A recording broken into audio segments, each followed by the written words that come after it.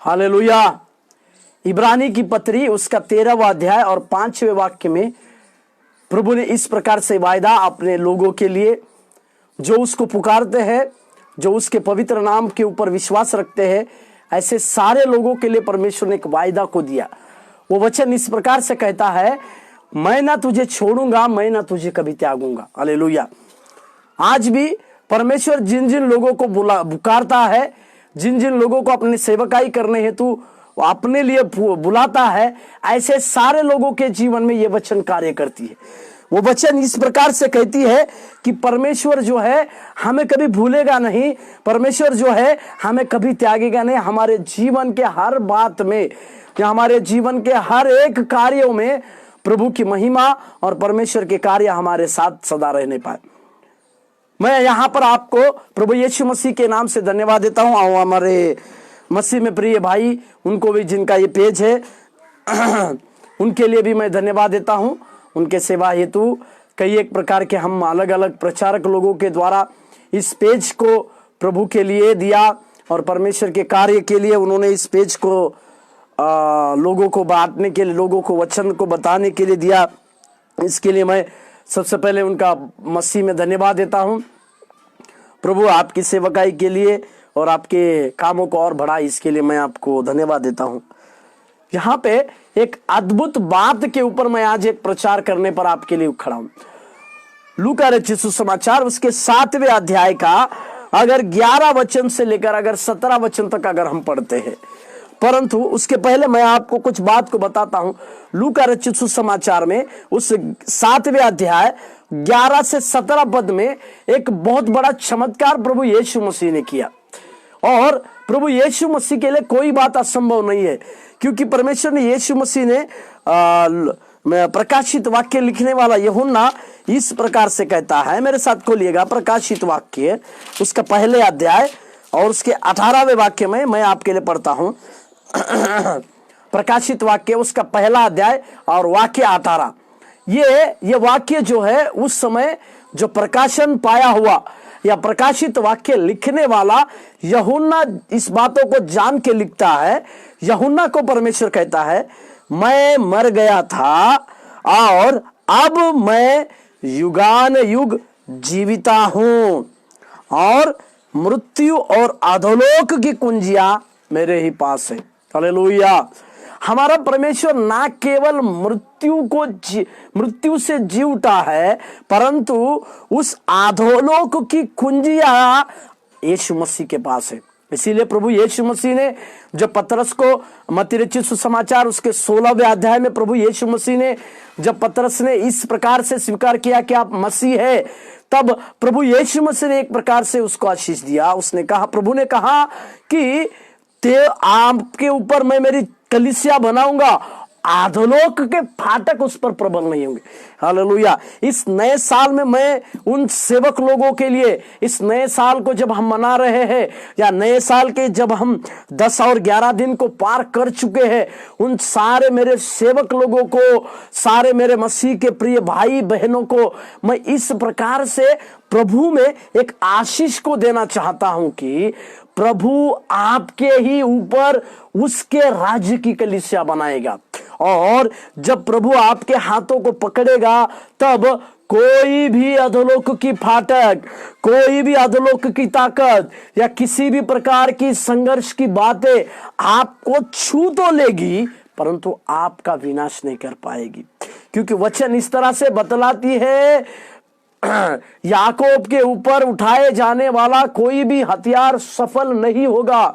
मेरे प्रियो, मेरे सेवक गणों, हमारे साथ सेवकाई करने वाले सारे हमारे मसीह के मित्र, सारे मसीह के प्रियजन, मैं आपको ये बात को याद दिलाना चाहता हूं कि परमेश्वर की ओर जब आप ताकेंगे या परमेश्वर को जब आप खोजेंगे, इस साल में ज्यादा से ज्यादा प्रभु के सम्मुख में जैसे बैठेंगे, परमेश्वर आपके साथ होकर आपकी हर बातों को पूरा करते हुए, आपके हर कार्य को पूरा करते हुए, आप अपने कलीसियाओं में, अपने व्यक्तिगत जीवन में और आपके बड़े बड़े कार्यों को परमेश्वर के देखने हेतु आपके जीवन में आप करने पाए। हालेलुया।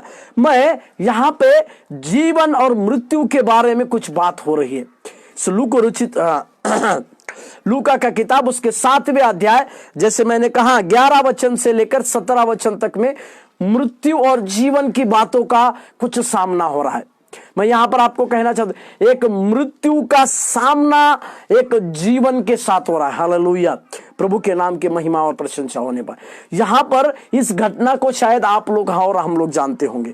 यहां पर एक विधवा का एक बेटा मर गया है और उसका विधवा का एक लौता बेटा था और उसका पति पहले ही मर गया था। अब सारी जिम्मेदारी जो है इसी बेटे के ऊपर आई थी, परंतु किसी कारणवश वो बेटा भी मर गया और उस बेटा मरने के बाद शत्रु जो है सबसे ज्यादा खुश हो रहा है, क्योंकि वो उस बेटे को उचित समय काल में मरा दिया। अभी वो लड़का, मैं नहीं जानता वो विश्वासी था या नहीं, परंतु उस शैतान जो है एक प्रकार से आनंदित हो रहा है, क्योंकि वो उसको अपने नरक में लेके जाना चाहता है। हालेलुया। आज भी कई एक ऐसे अंधकार में पड़े हुए लोगों के चलते शैतान हंसी को लाता है, शैतान जो है आनंद को मनाता है। हमें मेरे प्रियो, मेरे मसीह के सारे भाई बहनों, हमें प्रभु की ज्योति बनकर ऐसे लोगों के पास जाने की आवश्यकता है। प्रभु का समाचार लेकर ऐसे लोगों के पास जाने की आवश्यकता है जहां पर हम प्रभु यीशु मसीह का कार्य कर पाए, जहां पर उस अंधकार में बैठे हुए तमाम लोगों को प्रभु यीशु मसीह में हम छुड़ाने पाए। इसके लिए हमें प्रभु के उस कार्य को करने की आवश्यकता। एक मृत्यु जो है, एक मृत्यु अभी जा रही है, उस मृत्यु को यह पता नहीं कि उसके लिए क्या रखा है।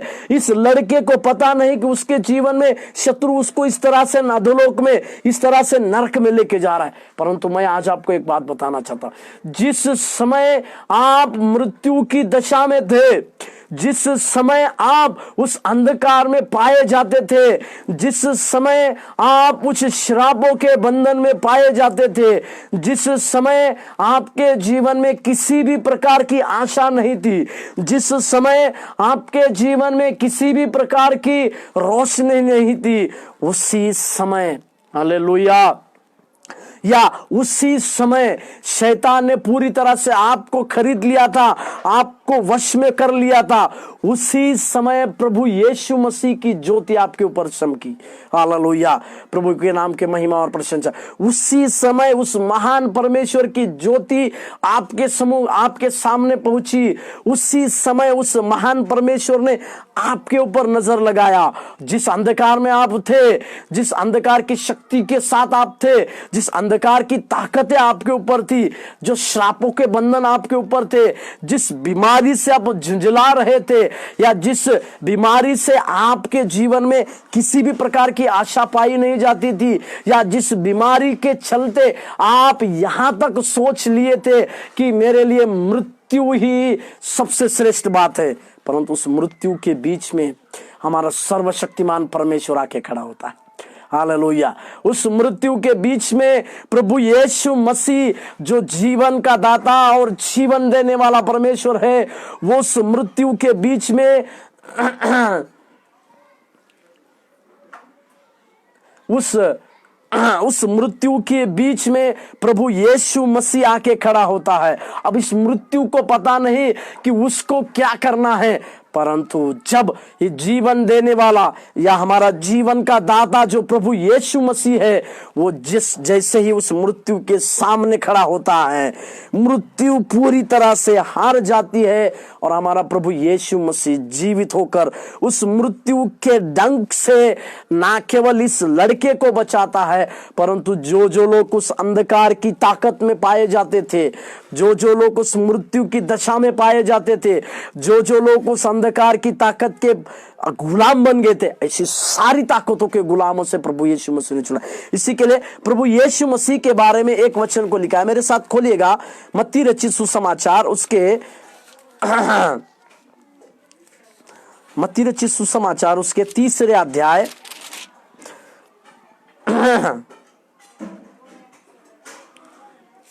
मत्ती रचित सुसमाचार उसका 3 अध्याय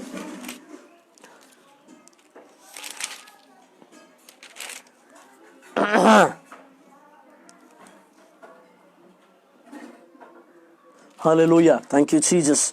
मत्ती रचित सुसमाचार की किताब, माफ कीजिएगा, मत्ती रचित सुसमाचार की किताब उसके 4 अध्याय, वहां पर एक बात 16 और 17 वचन में इस प्रकार से कहती है। 16 और 17 वचन, मत्ती रचित सुसमाचार उसके 4 अध्याय 16 और 17वां वाक्य। जो लोग अंधकार में बैठे थे उन्होंने बड़ी ज्योति देखी। हालेलुया, प्रभु के नाम की महिमा और प्रशंसा होने पाए। और जो मृत्यु के देश और छाया में बैठे थे उन पर ज्योति चमकी। हालेलुया, प्रभु के नाम की महिमा और प्रशंसा होने पाए। उस अंधकार में बैठे हुए लोगों के ऊपर ज्योति आई। वो ज्योति और कोई नहीं, प्रभु यीशु मसीह की ज्योति थी। और जो लोग मृत्यु की दशा में बैठे थे, हालेलुया, मेरी बातों को समझने की कोशिश कीजिए।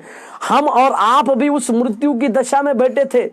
हमें और आपको कोई भी आशा नहीं थी कि हमारे जीवन में हम जीवित रह पाएंगे। शायद यहाँ पर देखने वाले कई एक लोग उस मृत्यु की, उस बीमारी की आत्मा से मृत्यु शैया तक चले गए होंगे, या मृत्यु उनको, बीमारी उनको एक मृत्यु तक घसीट कर लेकर गई होगी। परंतु हालेलुया, हमारे प्रभु यीशु मसीह का धन्यवाद हो, उचित समय पर प्रभु यीशु मसीह की ज्योति मेरे भाई मेरे बहन आपके ऊपर चमकी। और उचित समय पर वो ज्योति आपके ऊपर चमकने के द्वारा आपके जीवन, आपके अंदर एक जीवन आया। हालेलुया, क्योंकि वो जीवन का दाता प्रभु यीशु मसीह उस मृत्यु के बीच में आकर खड़ा हुआ और कहा कि मृत्यु, तुझको हराने के लिए मैं आ गया हूं। हे नरक और अधलोक के ताकतें, इस व्यक्ति के जीवन से छुटकारा पाने हेतु मैं तुम्हारे सामने खड़ा हुआ। हालेलुया, इसी के लिए वो करुणानिधि परमेश्वर है, वो दयानिधि परमेश्वर है, जो हमें अपने साथ साथ लिए चलता है, जो हमारे साथ साथ रहकर हमें इस बात को समझाता है, जो हमें इस बात को दिखाता है, जो हमें इस बात की ओर संकेत करता है कि कोई भी अंधकार की शक्ति आपको छुएगी नहीं। हालेलुया, धन्यवाद हो प्रभु यीशु मसीह का। इसी प्रकार की बातें उस लूका रचित सुसमाचार के 7वें अध्याय में हो गई है। उस लूका रचित सुसमाचार के उस 7वें अध्याय के 11 वचन से लेकर 17वें वचन तक के कुछ भागों में से मैं प्रभु के 2 अद्भुत बातों को मैं आपके लिए आज बताना चाहता हूं। हालेलुया, प्रभु के पवित्र नाम की महिमा और प्रशंसा होने पाए। प्रभु ने इस विधवा के बेटे को जीवन दान देने के कारण की 2 सबसे बड़ी बातों को मैं आज यहाँ पर आपको कहना चाहता हूं। समय मिलेगा तो कोई 2 बातें मैं अगली बार आपको कहूंगा, परंतु आज मैं प्रभु यीशु मसीह इस विधवा के बेटे को जीवन देने की 2 बातों को यहाँ पर कहना चाहता हूं।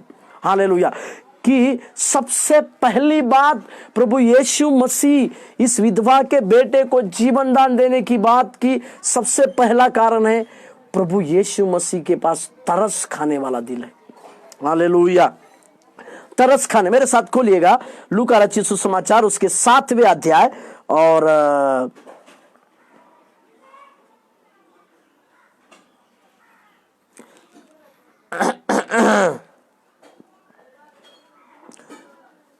उसके 11 और 13वां वाक्य मैं आपके लिए पढ़ना चाहता हूं। मेरे साथ खोलिएगा लूका रचित सुसमाचार की किताब 7वें अध्याय 13वें वाक्य को मैं आपके पढ़ना चाहता हूं। 13वां वाक्य, उसे देखकर प्रभु को तरस आया। हालेलुया, ये हमारा परमेश्वर तरस खाने वाला परमेश्वर है। हम इस लाजरस की भी घटना को जानते हैं। मेरे साथ खोलिएगा, प्रभु सबसे पहली चीज उस विधवा के बेटे को जीवित करने का सबसे पहला कारण मैं कहूं, प्रभु उसके ऊपर तरस खाया। मैं उस लाजरस की घटना को भी आपको दिखाना चाहता हूं। मेरे साथ खोलिएगा यूहन्ना रचित सुसमाचार उसके 11वें अध्याय का वो वाक्य को मैं दिखाना चाहता हूं, जहां पर इस प्रकार से लिखा हुआ है कि प्रभु यीशु मसीह जो है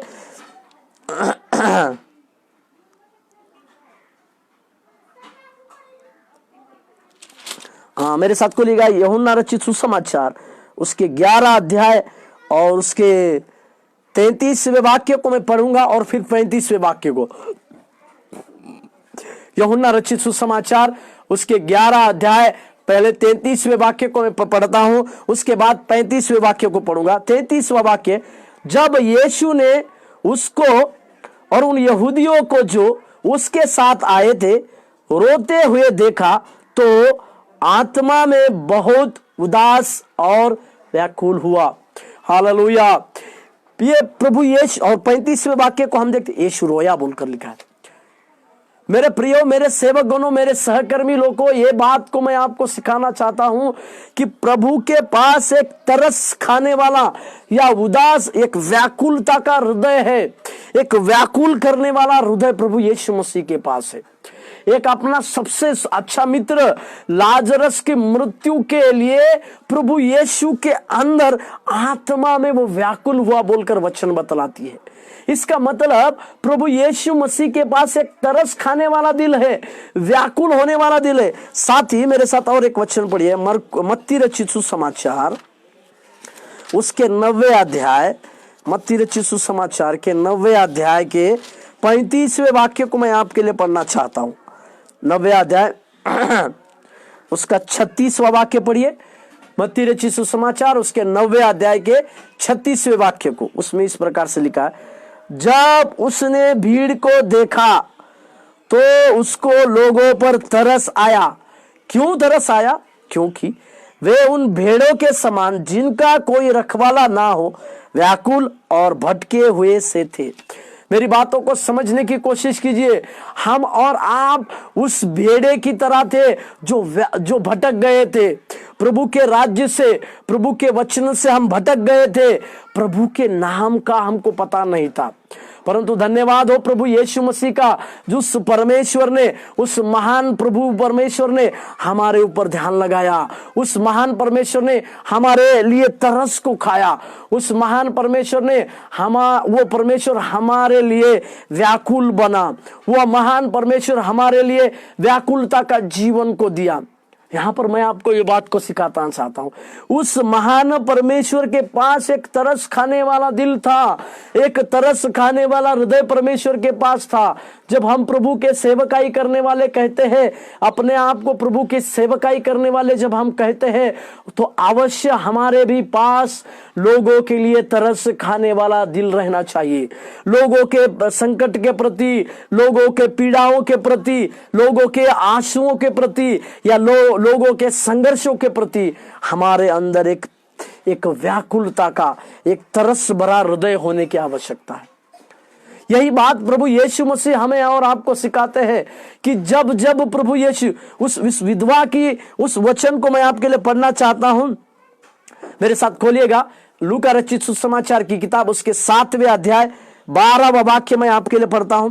लूका रचित सुसमाचार की किताब 7वें अध्याय 12वें वाक्य को, जब वह नगर के फाटक के पास पहुंचा तो देखो लोग एक मुर्दे को बाहर ले जा रहे थे जो अपनी मां का एकलौता पुत्र था, और वह विधवा थी और नगर के बहुत से लोग उसके साथ थे। हालेलुया।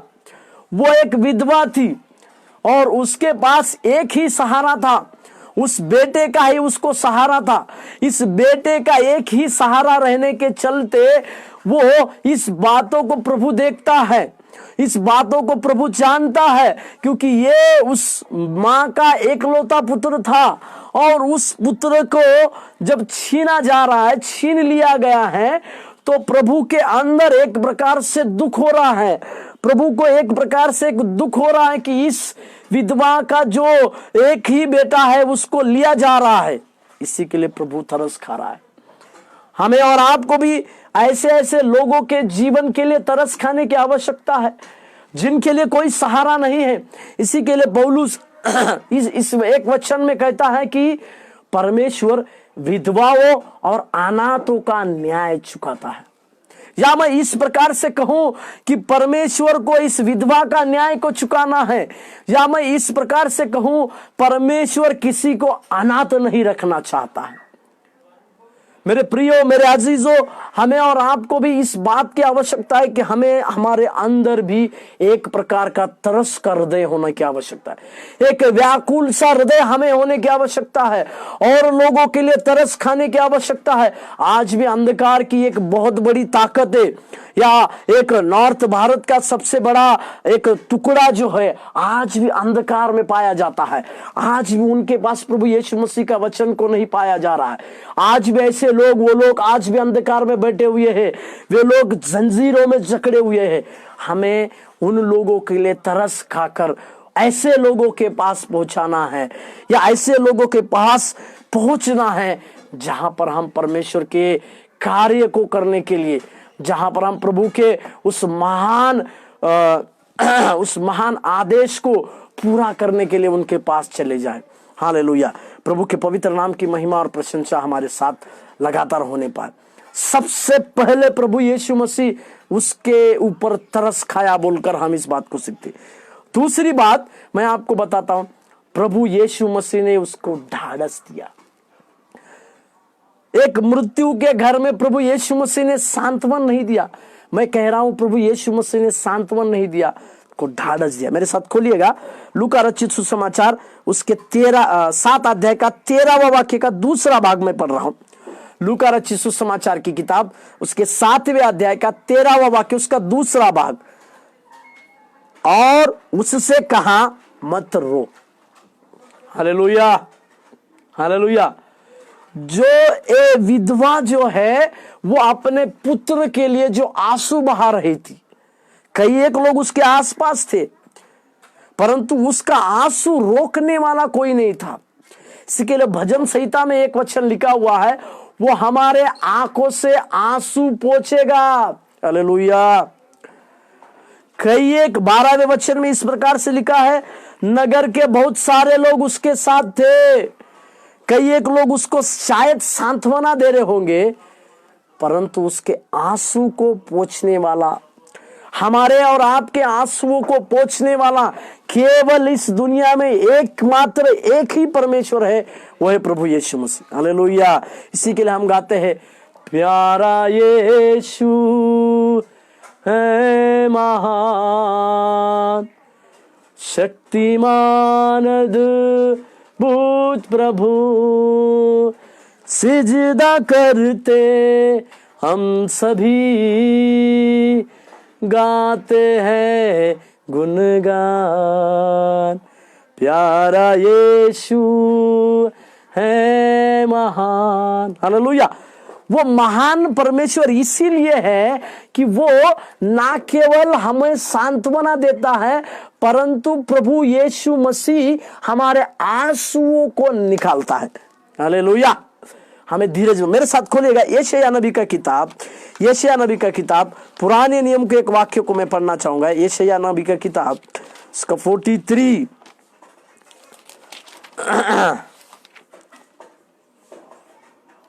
यशायाह नबी का किताब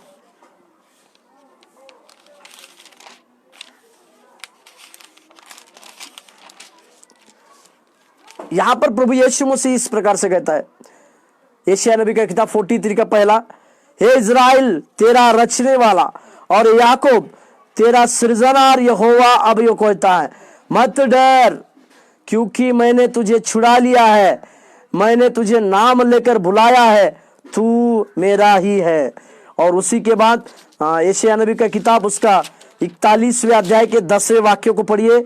यशायाह 41 का 10, यशायाह 41:10 उसमें इस प्रकार से, मत डर क्योंकि मैं तेरे संग हूँ, इधर उधर मत ताक क्योंकि मैं तेरा परमेश्वर हूँ, मैं तुझे दृढ़ करूंगा और तेरी सहायता करूंगा, अपने धर्म में दाहिने हाथ से तुझे संभाले रहूंगा। Hallelujah, hallelujah. उस महान परमेश्वर के नाम को धन्यवाद देते।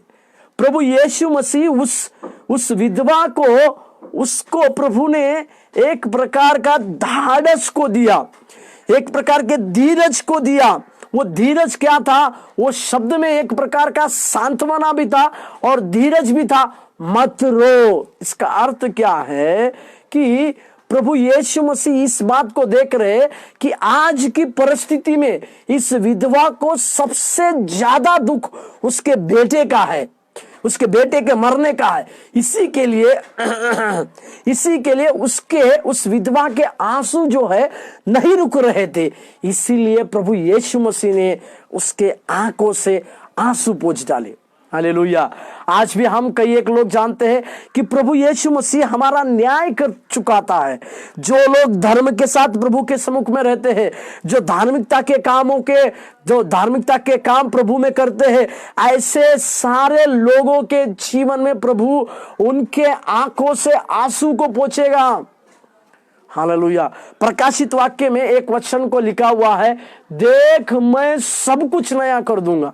सब कुछ मतलब जो चीजें तुम्हारे जीवन में दुख भरी बनी थी, या जो चीजें तुम्हारे जीवन में एक दुखित होने वाली थी, या जो चीजें तुम्हारे जीवन में तुम्हें सताव की थी, या जो चीजें तुम्हारे जीवन में सबसे ज्यादा दुख को पहुंचा रही थी, उन सारी चीजों से प्रभु यीशु मसीह हमें दूर करना चाहता है।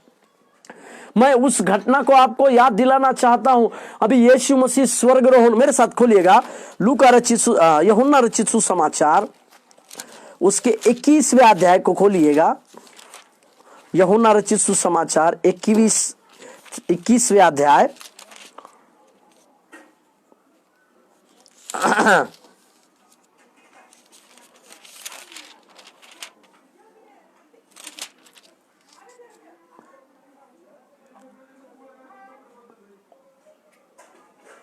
हाँ 21वें अध्याय मेरे साथ खोलिएगा। मैं इस घटना को आपको याद दिलाना चाहता हूं। यीशु मसीह मर गए, गाड़े गए। अभी चेले लोगों को यह पता था कि प्रभु यीशु मसीह ने उनको वायदा दिया था कि मैं तुमसे पहले गलील में मिलूंगा, परंतु अभी पतरस, उसके मन में एक प्रकार की दुविधा आ रही है। वो कहता है कि अभी तो प्रभु यीशु मसीह थे, तो हमारा रोटी कपड़ा मकान की बातें सब चल रही थी, लोगों के पास हमारे लिए आदर था, लोग हमारा आदर करते थे, लोग हमारे लिए भरपूर आशीष को लाते थे, हमें खाने की चिंता नहीं थी, हमें कपड़ों की भी चिंता नहीं थी। परंतु अभी यीशु मसीह मर गए, उनको गाड़ा गया। पतरस के मन में इसी प्रकार का संदेह चल रहा था। इसी के लिए अब ये पतरस यूहन्ना रचित सुसमाचार 21 अध्याय 3 वचन में क्या कहता है, शमौन पतरस ने उनसे कहा, अपने शिष्यों से, अपने लोगों से, मैं मछली पकड़ने जा रहा हूं। क्यों पतरस, तुम्हारे ऊपर प्रभु यीशु मसीह ने कहा कलीसिया बनाएगा, परंतु आज तुम क्या कर रहे हो?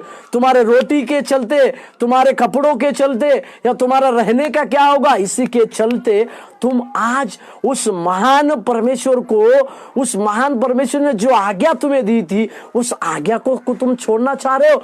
तुम्हारा उदर निर्वाह जो था, मछली पकड़ने का था, प्रभु ने उस मछली पकड़ने के उदर निर्वाह से आपको छुड़ाकर मनुष्य के पकड़ने वाला बनाऊंगा कहकर एक अद्भुत सेवकाई के लिए बुलाया। आज वही पतरस मछली पकड़ने जा रहा है। प्रभु के पवित्र नाम की महिमा होने पाए, प्रभु हमसे बातचीत करने पाए। क्या हम भी जब हमारे ऊपर संकट आते हैं, हमारे ऊपर दुख भरी घटनाएं आती है, या हमारे ऊपर जब बीमारियां आती है, हम भी परमेश्वर की बातों को छोड़कर दूसरी जगह जाना चाहते हैं? और इस पतरस केवल अकेला ही नहीं गया, कुछ लोगों को साथ में लेकर गया। और साथ में लेकर जाने के बाद इन्होंने वचन इस तरह से बतलाती है, रात भर उन्होंने काम किया, रात भर उन्होंने मेहनत की उस मछली को पकड़ने की, परंतु उनके हाथ में एक मछली नहीं आई। एक वचन उस जगह पर लिखा हुआ है,